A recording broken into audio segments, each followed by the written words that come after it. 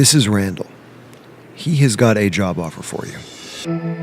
There's something about the way that we discuss climate change that has colored the public imagination with this idea that sustainability and jobs are totally at odds with each other.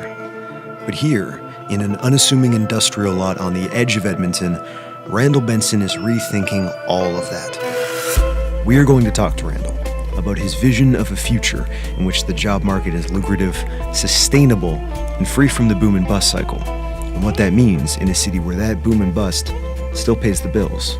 On this episode of Renewable.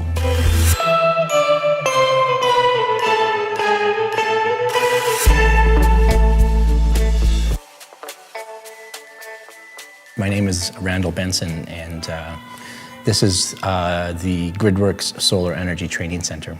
And today, for the last 5 days, we've been training a group of electricians on how to properly design and install solar power systems.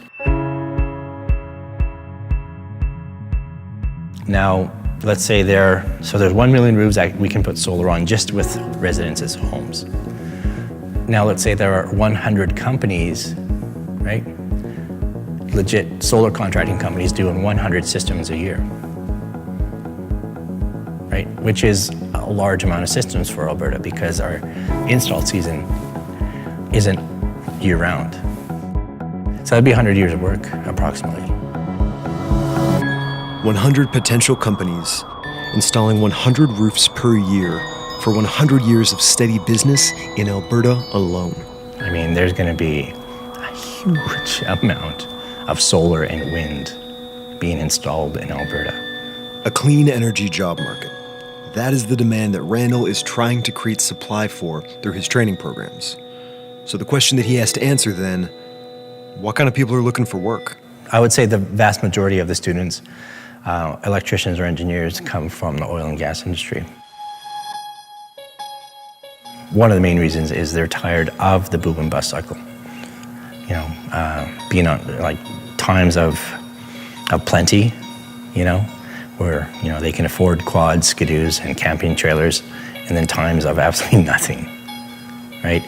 And having 2 eggs in the basket with an oil and gas sector and a renewable energy sector, it's a perfect mix, right? Renewable energy sector and the oil and gas sector in Alberta will always be there. But if this one busts, those people can move over to this sector. I mean, my journeymen start at $40 an hour. It's pretty good, right? Solar energy, and what Randall thinks solar is becoming, has the potential to do a lot of good for the people and communities that take part in it. And for a lot of reasons, we find out, Randall takes that responsibility very, very seriously. Being Indigenous myself, we are Indigenous-owned company, and that is really close to my heart. And this is where Randall's business model gets kind of interesting. GridWorks began and continues to operate not just as a training center, but as a solar installation company. So when a community reaches out looking to get solar installed, he's able to bring them into the fold of renewable energy in a way that most other companies couldn't.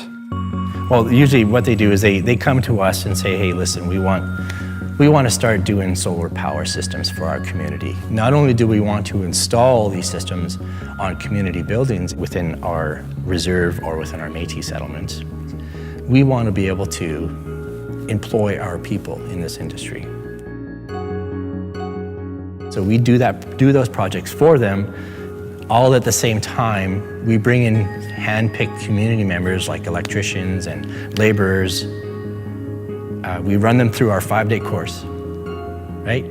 And then they are, along with 1 or 2 of our journeymen, who are the supervisors, they are the ones that install the systems. So not only do they get community training, they get community PV systems, and then after a certain amount of systems, we will actually help them start their own companies.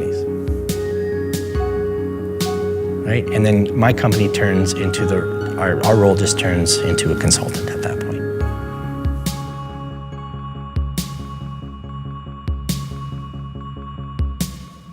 With the course winding down, we decided to ask Randall about a word that we had noticed popping up quite a bit over the course of the weekend.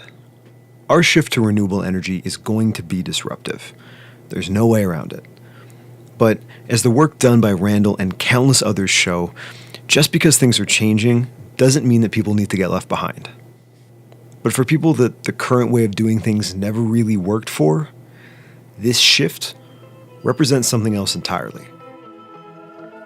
We wrapped up by asking what good he thinks this program can do, and about that word that keeps coming up: healing.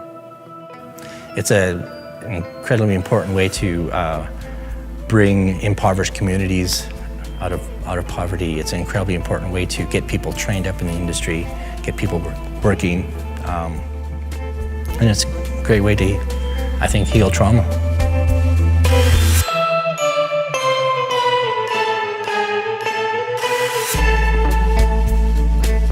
On this season of Renewable, we are going to be looking at people, engineers, entrepreneurs, thinkers, and activists, each with their own unique vision of a sustainable future in the heart of Canada's fossil fuel industry.